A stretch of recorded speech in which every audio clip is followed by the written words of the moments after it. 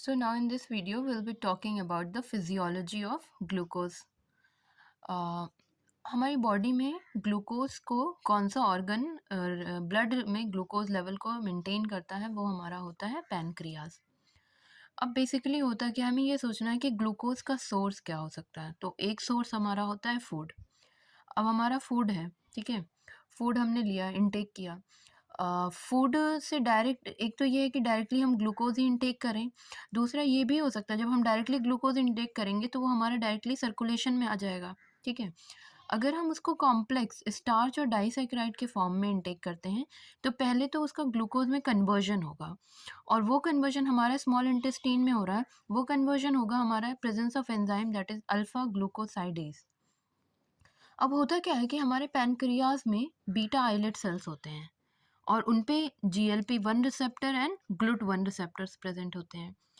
पहले GLUT-2 को reference ज़्यादा दिया जाता है, प्रेफरेंस दिया जाता था GLUT-2 रिसेप्टर्स को, बट अब ये देखा गया है कि दोनों ही रिसेप्टर्स प्रेजेंट होते हैं, but here we will be talking about GLUT-1 receptor. So हम लोग यहाँ थे कि हमने इसको कन्वर्ट किया ग्लूकोज में, अल्फा ग्लूकोसाइडेज एंजाइम्स की प्रेजेंस में। अब होता क्या है कि हमारी बॉडी ग्लूकोज को सेल्स हमारे कैसे यूटिलाइज करेंगे, तो सेल्स पे हमारे रिसेप्टर्स होते हैं। GLUT-4 अंदर की साइड प्रेजेंट होता है और इंसुलिन रिसेप्टर बाहर की तरफ। लेकिन अगर हमारा ग्लूकोज ब्लड वेसल्स में आ गया, उसके बाद हमारा सेल इनटेक करेगा, उसके लिए हमें GLUT-4 रिसेप्टर चाहिए। तो ये GLUT-4 लेकिन प्रेजेंट है इनसाइड द सेल। अब इसको बाहर करने का काम करता है हमारा इंसुलिन रिसेप्टर। अब इंसुलिन रिसेप्टर कैसे काम करेगा, जब इंसुलिन आके उस पर बाइंड करेगा तो ये इंसुलिन रिसेप्टर GLUT-4 को बाहर लाएगा, फिर वहाँ पे आके हमारा GLUT-4 जो है वो ग्लूकोज को इनटेक करेगा, तो हमारी सेल्स ग्लूकोज का इनटेक कर लेंगी। अब बेसिकली होता क्या है कि जैसे हमारा आया ये ग्लूकोज में कन्वर्ट हुआ, उसके बाद पहले ब्लड वेसल्स में जाने से पहले ग्लूकोज हमारा इंटेस्टाइनल वॉल में एब्जॉर्ब होता है। This before going to blood vessel absorb into intestinal epithelial cell and produce a peptide called as GLP-1। GLP-1 में ये कन्वर्ट होता है, यहाँ पे जब इंटेस्टाइनल वॉल्स ने हमारे इसको ले लिया ग्लूकोज को, तो GLP-1 में कन्वर्ट कर देती हैं। अब ये GLP-1 जाकर हमारा बाइंड करता है पैनक्रियाज में जो आइलेट सेल्स हैं उनके GLP-1 रिसेप्टर्स पे। जब यहाँ पे ये बाइंड करता है तो फिर ये हमारे इंसुलिन और अमाइलिन सिक्रीट करती हैं। अब ये जो इंसुलिन सिक्रीट हुआ ये आके हमारे सेल्स के इंसुलिन रिसेप्टर पे बाइंड करेगा, जिसकी वजह से हमारा GLUT-4 रिसेप्टर जो है वो बाहर आ जाएगा। अब जैसे ही बाहर आएगा उस दौरान तक हमारे जो ग्लूकोज है वो हमारे ब्लड वेसल्स में आ गया, ब्लड वेसल से आके यहाँ पे हमारा बाइंड कर गया। तो गॉड ने इतना अच्छा मैकेनिज्म बनाया है कि ऐसा नहीं है कि डायरेक्टली ग्लूकोज हमारे ब्लड वेसल्स में आ जाए और एकदम से हाइपरग्लाइसीमिया हो जाए। पोस्ट प्रैंडल हाइपरग्लाइसीमिया को बचाने के लिए GLUT-4 जो रिसेप्टर है वो सेल्स के अंदर प्रेजेंट है। तब तक हमारा इंसुलिन रिलीज होता है, इंसुलिन आके इंसुलिन रिसेप्टर पे बाइंड करता है, वो इसको बाहर लाता है, फिर हमारा आके उतने उतने टाइम में हमारा ग्लूकोज जो है वो ब्लड वेसल्स में आ जाता है और सेल्स हमारी ग्लूकोज का इंटेक कर लेती हैं। अब होता क्या है कि जो हमारा GLP-1 है ना, उसका मेटाबॉलिज्म करता है हमारा DPP-4 प्लाज्मा में। और GLP-1 जो हमारा होता है ये शॉर्ट एक्टिंग होता है। इसलिए शॉर्ट एक्टिंग होता है क्योंकि GLP-1 जाके वहाँ पे GLP-1 रिसेप्टर पे बाइंड करेगा, GLP-1 रिसेप्टर से इंसुलिन रिलीज होगा, और जो इंसुलिन रिलीज होता है वो हमें थोड़े टाइम के लिए चाहिए, पूरे टाइम के लिए इंसुलिन नहीं चाहिए, इसलिए GLP-1 भी शॉर्ट एक्टिंग है। और वो बाइंड किया, हमारा इंसुलिन रिलीज हुआ। और जो अमाइलिन का काम है, यहाँ पे अमाइलिन का फंक्शन आप जान लें कि अमाइलिन जो है वो गैस्ट्रिक एम्पटिंग को स्लो करता है।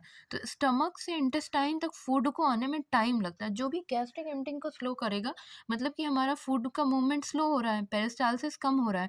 जब हमारा कम हो रहा है तो वो स्लोली जाएगा, उतने तक में हमारा ये इंसुलिन रिसेप्टर आके हमारा GLUT-4 बाहर आ जाएगा, सारी चीज़ें तैयार रहेंगी ग्लूकोज को इंटेक करने के लिए। इसी वजह से हमारा एमाइलिन रिलीज हुआ, ये भी बहुत ही अच्छा काम कर रहा है कि ये गैस्ट्रिक एम्पटिंग को स्लो कर दे रहा है। तो हमारा यही हो जाता है कि मतलब पूरा ये साइकिल चलता है, GLP यहाँ पे बाइंड किया GLP-1 रिसेप्टर पे, फिर हमारा, तो ये तो हमने देख लिया कि ये पोस्ट प्रैंडल जैसे ही हमने खाना फूड इनटेक किया उसके बाद कैसे ग्लूकोज लेवल मेंटेन रहा। अब हम आ जाएंगे दूसरे पार्ट पे कि अब हमने ले लिया है भाई फूड इनटेक की पोस्ट प्रैंडल हाइपरग्लाइसीमिया को हमने बचा लिया है, लेकिन अब दूसरा पार्ट आ जाता है कि उसके बाद क्या। तो जब पोस्ट प्रैंडल पीरियड ओवर हो जाएगा उसके बाद ग्लूकोज लेवल जो बढ़ेगा उसको सेंस करता है हमारा GLUT-1 रिसेप्टर, जो कि हमारा प्रेजेंट था यहाँ पर। GLUT1 receptor beta islet cells पे प्रेज़ेंट था, तो अब उसका रोल आ जाएगा। अब वो क्या करता है, GLUT1 रिसेप्टर जो होता है, वो फैसिलिटेटेड रिसेप्टर होता है, मतलब ग्लूकोज़ का कितना इनटेक होगा, वो कॉन्सन्ट्रेशन ग्रेडिएंट पे डिपेंड करेगा। तो हमारा क्या होगा कि ग्लूकोज़ हमारा यहाँ पे जाएगा, ये सेल्स के अंदर हमारा ग्लूकोज़ जाएगा, ठीक है? अब बीटा आइलेट सेल्स में अब कितना ग्लूकोज जाएगा वो ये बात पे डिपेंड करता है कि कॉन्सेंट्रेशन ग्रेडियंट यहाँ पे कम होगा, हमारे इधर ज़्यादा होगा, तो यहाँ पर इनटेक ज़्यादा होगा। जब यहाँ ज़्यादा होगा तो एक काम करता है कि ये एटीपी जनरेट करता है, हमारा ग्लूकोज एनर्जी जनरेट करेगा। अब वो ब्लॉक कर देता है एटीपी सेंसिटिव पोटेशियम चैनल्स को। पोटेशियम चैनल जो होते हैं वो ब्लॉक हो जाते हैं बीटा आइलेट सेल्स पे, जिसकी वजह से बीटा आइलेट सेल्स डीपोलराइज हो जाएगा। उसकी वजह से हमारा कैल्शियम चैनल ओपन हो जाएगा, कैल्शियम इन्फ्लक्स होगा।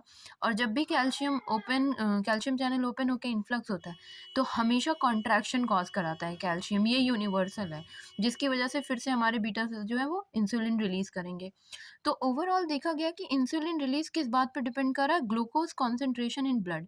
भाई जितना ज़्यादा ग्लूकोज आया उतना ज़्यादा बीटा सेल्स में गया, जितना ज़्यादा बीटा सेल्स में गया उतनी ज़्यादा एटीपी जनरेट हुई, उतनी ज़्यादा एटीपी जनरेट हुई तो उतना ही पोटेशियम चैनल ब्लॉक हुआ, जितना ज़्यादा डीपोलराइजेशन हुआ उतना ज़्यादा कैल्शियम चैनल ओपन हुआ, उतना ही ज़्यादा इंसुलिन रिलीज हुआ। तो फाइनली हम इस पे आ गए कि insulin release directly proportional to glucose concentration in blood. तो एक तो हमारा सोर्स था ग्लूकोज का फूड, दूसरा सोर्स क्या है, हमारा लिवर और किडनी। तो लिवर का रोल आता है हमारा, ये करता है ग्लूकोनियोजेनेसिस। ये ग्लूकोज लेवल का कंट्रीब्यूशन कराता है प्लाज्मा में जब हम लोग फास्टिंग कर रहे होते हैं उस टाइम पे। तीसरा हमारा है किडनी। किडनी क्या करता है कि नॉर्मल किडनी नॉर्मली हमारा ग्लूकोज को सिक्रीट आउट नहीं करता है यूरिन में, लेकिन और इस पे रिसेप्टर्स प्रेजेंट होते हैं, SGLT2 receptor, sodium link glucose transporter receptor. अब ये क्या करता है, ये इसके थ्रू का पूरा ग्लूकोज रीएब्जॉर्ब करा लेता है हमारा ब्लड वेसल्स में। ब्लड वेसल्स में हमारा रीएब्जॉर्ब हो जाएगा, जिसकी वजह से हमारे यूरिन में नहीं जाएगा, तो हमारा ब्लड ग्लूकोज लेवल मेंटेन रहेगा। तो ये हमारा आ गया normal physiology of blood glucose. Thank you so much. अगर आप इस तरह के और वीडियोस चाहते हैं तो हमें कमेंट सेक्शन में ज़रूर बताएं।